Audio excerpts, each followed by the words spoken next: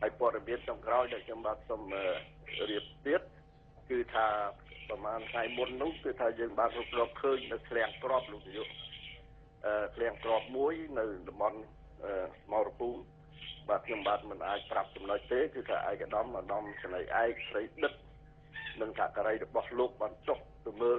បាទគឺថាយើងប្រមូលបានទឹកសភ័ព្វណាស់ជាអតីតឃ្លាំងក្របរបស់ភាគីកម្ពុជាប្រជាធិបតេយ្យខ្មែរក្រហមនោះបាទរូបក្របអស់ទាំងនៅបានទាំងអស់ទៅភាគតិចណាស់ដែលខូចខាតក៏ប៉ុន្តែនៅប្រាប់បានទាំងអស់ក្របនេះក្រប B បាទក្រប B លោកយកបាទច្រើនណាលោកដរុនឃើញបាទច្រើនណាស់រាប់តោននោះនេះគាត់ថាមួយផ្នែកទេមួយផ្នែកដែលយើងយកទុកសិននៅកន្លះផ្នែកទៀតមិនទាន់បានយកមកអស់ចុះអស់បាទហើយគឺទឹកផ្របនេះចាំងនៅសង្គ្រាមចំនួនខ្មែរក្រហមដែលគាត់កប់លាក់ទុកឯកឧត្តមស្រីឯកស្រីដិតលោកបានចោះត្រួតពិនិត្យផ្ទាល់ហើយនឹងឲ្យរៀបចំគេទុកយ៉ាងម៉េចលោកដរុនគេដាក់ក្នុងកែសឬមួយក៏គេកប់ក្នុងដីយ៉ាងម៉េចហ្នឹងក្របខ្លះដាក់នៅកែសក្របខ្លះក៏នៅខ្ចប់បោស្លោងផ្លាស្ទិកលោកយកហើយគេមានរបៀបទេគេមានរបៀបទេដែលកប់បាទគេមានរបៀបទេដែលកប់នោះគឺថាខ្មែរក្រហមគាត់បានឡើងច្បាស់ហើយការរក្សាទុកក្របអស់នេះ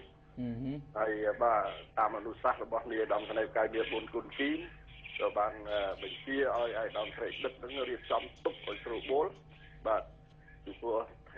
បុគិតជាទឹកលុយថ្លៃណាលោកយកបាទបាទហើយនេះជាការសង្គ្រាមស៊ីវិលដែលកន្លងហើយដែលយើងតែស្តល់នឹងគឺថាប្រមូលមកទុកអស់ហើយបាទបើចង់ដឹងកន្លែងតើសួរតានួនជាបាទហ្នឹងហើយនេះចាំសួរគាត់មើលថាលាក់ទុកកន្លែងណាខ្លះបាទនៅមានច្រើនកន្លែងទៀតតាមមើលបាទសួរគាត់អស់បាទហ្នឹងហើយឥឡូវគេឃើញមកកន្លែងហើយតាលាក់ទុកកន្លែងណាទៀតណាបាទដែលយកអាវុធមកដើម្បីសម្លាប់ខ្មែរគ្នាឯងបាទនាយឧត្តមស្នេហ៍កាយវា4ហ៊ីមុនហ៊ានក៏លោកបានរៀបចំដល់ផ្ដល់អនុសាសន៍ដល់ឯកឧត្តមស្រីដិតធ្វើម៉េចទុកឲ្យស្រួលបួលបាទជាពិសេសរឿងសុវត្ថិភាពលោកសុវ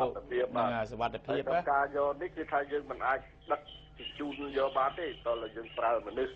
ពីព្រោះក្របអស់នេះតែយើងធ្វើឲ្យអាលាក់ធ្វើអីវាអាចមានគ្រោះថ្នាក់លោកយកទៅត្រូវបាទប្រយ័ត្នប្រយែងផ្នែកបច្ចេកទេសឲ្យត្រឹមត្រូវបាទបច្ចេកទេសនោះបច្ចេកទេសយោធាក៏មានមកដល់ដែរខាងអាវុធយុទ្ធភ័ណ្ឌហ្នឹងហើយខាងស៊ីម៉ាក់អាចនឹងគេចោះត្រួតពិនិត្យទៀតបាទត្រឹមត្រូវហើយព័ត៌មានខ្ញុំបាទមានប៉ុណ្្នឹងសិនលោកនាយកបើមានអ្វីផ្លែកខ្ញុំនឹងរាយការណ៍ជូនលោកនាយកភ្លាមបាទអរគុណលោកដរុនបាទសូមគោរពលាបាទជូនពរលោកដរុន